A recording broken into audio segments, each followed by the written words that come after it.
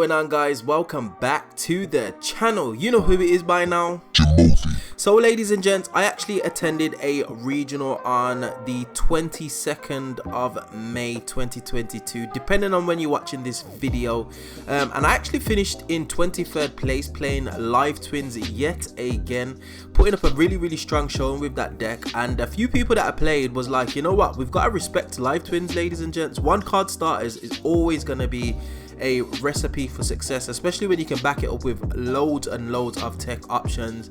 But nonetheless, if you do want to see a deck profile, because I've profiled this deck on the channel quite a lot in recent times, hit that like button, ladies and gents. I want to see 8 likes and I will definitely do a deck profile for you, profiling exactly what I use to be able to manage to get myself 23rd place out of 82 players, might I add. So anyway, what I wanted to talk about in today's video is what I believe to be the top 5 best decks, quote unquote. Now obviously this is my opinion, and feel free to pitch in the comment section with your ideas and your thoughts, but nevertheless, ladies and gents, let's get straight into it. So for my number 5 slot, ladies and gents, I have gone with Owdlich. Now Owdlich is probably the best trap deck in the format. Altergeist and Guru Control have just somewhat fell off. They can't actually compete with Owdlich's Recursion, and as well as Owdlich being able to be mixed with a number of other strategies, such as Branded, Cyberse, Owdlich, like it just goes, the list goes on and on. The engine's very splashable and it's very effective, not to mention being able to play every single floodgate under the sun. Skill Drain, Rivalry of Warlords, and even to a lesser extent cards like Gozer Match, never mind blowout cards like Torrential Tribute, obviously the Solemns. It's just an all-round solid deck, especially for beginners. It's a nice introduction to the game, and its playstyle is very reactive but very effective nonetheless, and with a fantastic grind game. It just makes for some easy combination of kind of like engines to be able to throw together and just make an effective strategy. So I've gone with Owdlich for number 5. So in my number 4 slot, ladies and gents, I've actually gone for Floowandereeze. Wow, that was a mouthful. So Floowandereeze are a very strong rogue deck, very accessible, very inexpensive. So you've seen a lot of players pick the deck up. It can do some very unfair things, especially playing on both players' main phase after they've normal summoned, which I think is just absolutely ridiculous. Barrier Statue, Riser, and not to mention being able to play D-Shifter with absolutely no downsides to their deck is just a reason why the deck is so powerful.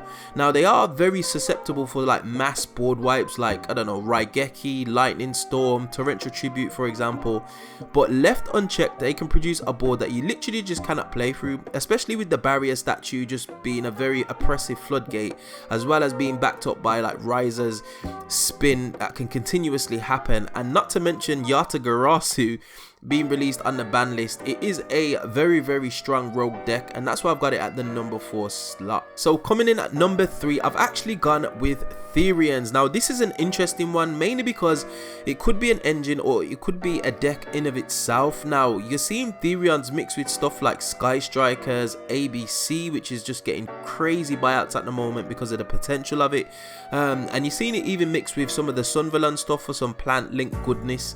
Now the deck in of itself is untested. It's got uncapped potential, but it has yet to prove itself in any kind of competitive situation, so it's difficult to say how far it will go, but it's definitely going to be something that's going to influence the meta and kind of have a bit of a say in what happens in terms of results going forward. So I've definitely gone with Therians, whether that be a pure deck or a mixture or a combination of itself with another engine. So definitely a one to watch. Coming in at number 2, ladies and gents, and this might surprise a few people, this is also my opinion, ladies and gents. This is just what I think. So like I said previously, if you disagree, get at me in the comment section below, but I do believe that Despia is the second best deck. Now Despia can do a whole load of stuff. It can play through people's boards. It doesn't actually need to play hand traps because its engine just allows it to get to a board state which is very difficult for your opponent to crack. It's got a good trap matchup, especially with some of the techs that it can put in its extra deck, and it can OTK you in the blink of an eye, not to mention the pressure it can put on the board in terms of burn damage with Masquerade the Blazing Dragon is just something that's absolutely fantastic. So definitely a deck to watch out for. Very strong deck, and it's only going to get stronger for the next month or so, and expect to see this deck on top tables, and expect to be running into Super Polymerization, which is just one hell of a card. It was everywhere in the regional that I attended recently. Literally probably about half the players there were playing Despia and half were playing the deck that I've got in the top slot. So Despia is my number 2 choice. Now the deck that I've got in the top slot has to go to Sword Soul. This is absolutely crazy, and I was actually speaking about this to one of my buddies at my most recent regional. I was actually thinking about it for some time now. Sword Soul actually does everything, especially the 10-year build. It's got a bounce, it's got a pop, it's got a back row removal, it's got a banish with Cheng Ying, it's got burn, and it's got attack reduction, it's got big monsters, it's got a combo element, it's also got a couple of negation boards. It's a mid-range deck that literally does it all, ladies and gents, and it was actually perplexing me, especially when I was seeing it come up against Despia. Like, it's got room for just cards like Anti-Spell Fragrance, Rivalry of the Warlords, obviously D-Barrier, all of that can be sided in, and it can literally get to its engine. It's crazy. It can run Desires, which then puts it on the front foot, especially with Cheng Ying being a card.